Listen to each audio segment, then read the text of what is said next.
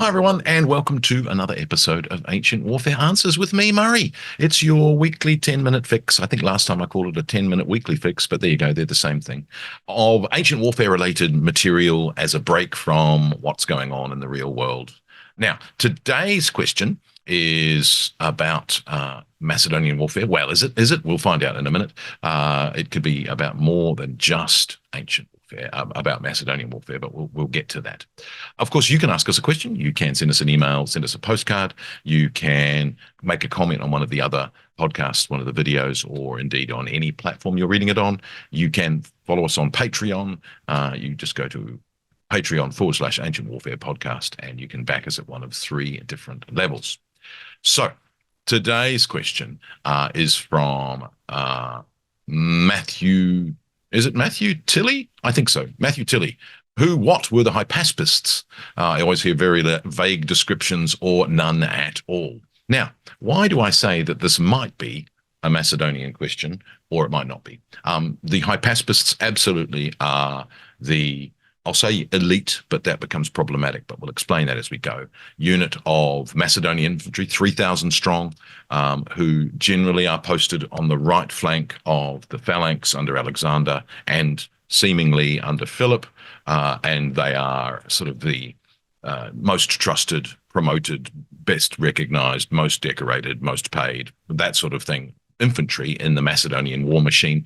They then continue in the Ptolemaic, Seleucid, and Antigonid armies. What they are and who they are changes slightly, but we'll explain that too, hopefully. I've only got 10 minutes. So what you've got, of course, is that when you go back to the earliest occurrence of the word, it occurs in Homer, and of course, you've got an aspis in there, the hypaspist, meaning a carrier of an aspis, so a shield carrier. Or perhaps it means covered shield. Later they become the silver shields. Is that because the covering? Oh, no, I don't think so. I think what one argument is, of course, is that the hypaspist is because they have an aspis shield. It's there in their name, and this is probably the big controversy about them.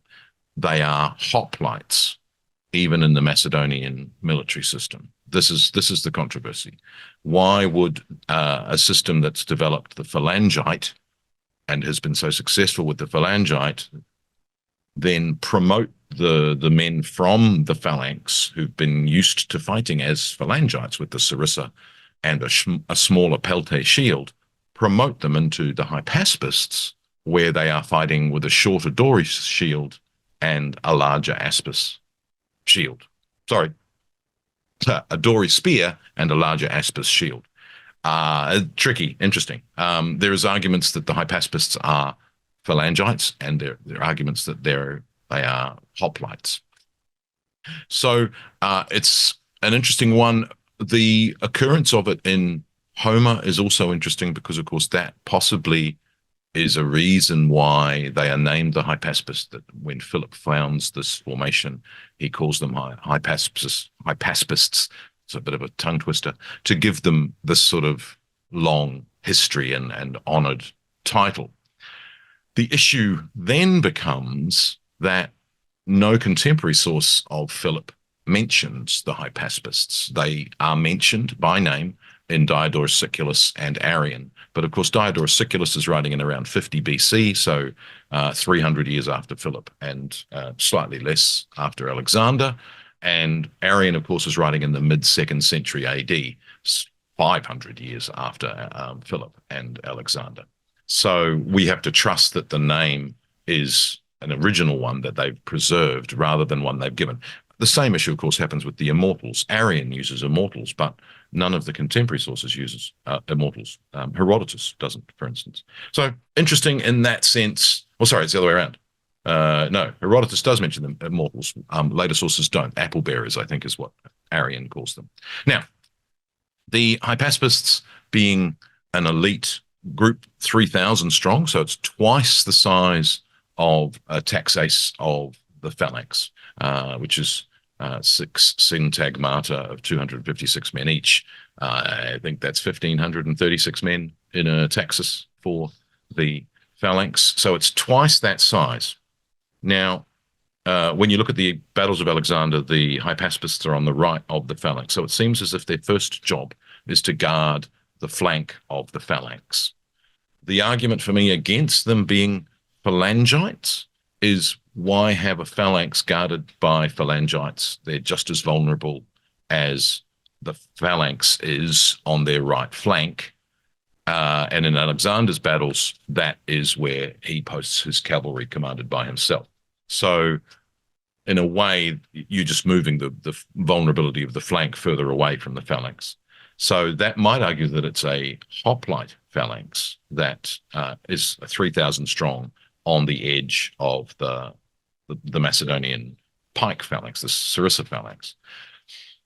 That's problematic. No one ever explains it, but a hoplite phalanx might be better at guarding the flank. Of course, one of the problems with hoplite phalanxes is they also had vulnerable right flanks. So it doesn't really solve the problem either way. Now, when we first encounter this unit, the Battle of Chaeronea, what you've got is Philip on the right of the Macedonian army with, they're not called the Hypaspists, they're called the bodyguard infantry or the special infantry, which they later become associated with being bodyguards and royal agema around the king. But it's interesting because, of course, under Alexander, they still exist, but Alexander has stationed himself with the cavalry, so they're not quite doing the same role as they do under Philip. Whenever he advances, Alexander, he does take units of the Hypaspists with him, so they've definitely got a battlefield role. So that's part of their job. Is on the side of the phalanx advancing with Alexander. So that's where we know most about them. I wonder whether, and I mean, I'm always, every time I read something new about them, wondering whether they're phalangites or phalanx. I wonder whether they are a phalangite double taxis, for instance. We don't know anything more about how they're organized. So if it's a double taxis, we don't know about how, is it 12 syntagma of these men? If it's not a phalanx, a phalangite phalanx, how is it organized? We don't know. So if it is made up of Sarissa phalangites, perhaps the reason for choosing them is that they are more experienced, they've proven themselves in battle, they don't run, they don't flee, and therefore even if their flank is threatened, they will stay at their post. And their post is essentially to guard the right flank of the Sarissa phalanx. And so it could just be that they indeed are phalangites themselves, and they will stick there through thick and thin, and they will do their duty. That is reflected in what they're rewarded with, their better status, their trust, which I'll get to being important for the future. And I think that because of that, the men who are promoted to the Hypaspists don't have to change their training if they are, through the sort of spirit of competition, wanting to be promoted to that unit. They can see that other men are being promoted to that unit.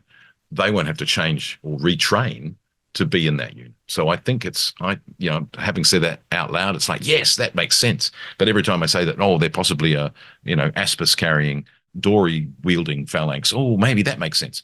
They could, of course, be, as art shows us, they could be Sarissa wielding, aspis carrying phalangites. They could indeed have an aspis. There's several artistic depictions of phalangites in art that have a bigger shield than a peltate. So it's possible that that's part of their panoply as well. So I'm just confusing myself by talking too much now.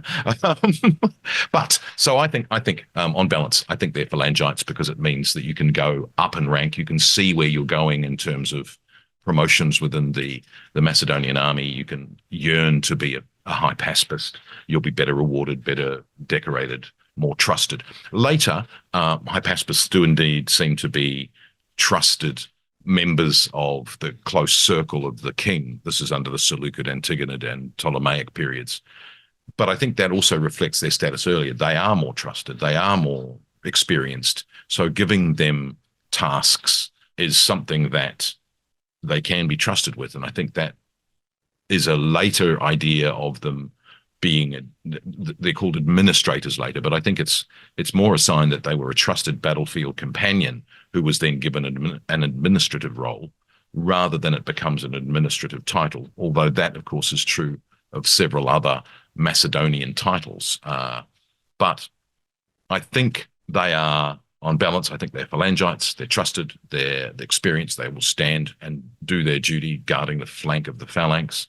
The fighting style is another debate. We get people saying that they are light armed, which seems unlikely because they're centered, they're in the front line and they're centered on charges by Alexander. So I don't think that's true.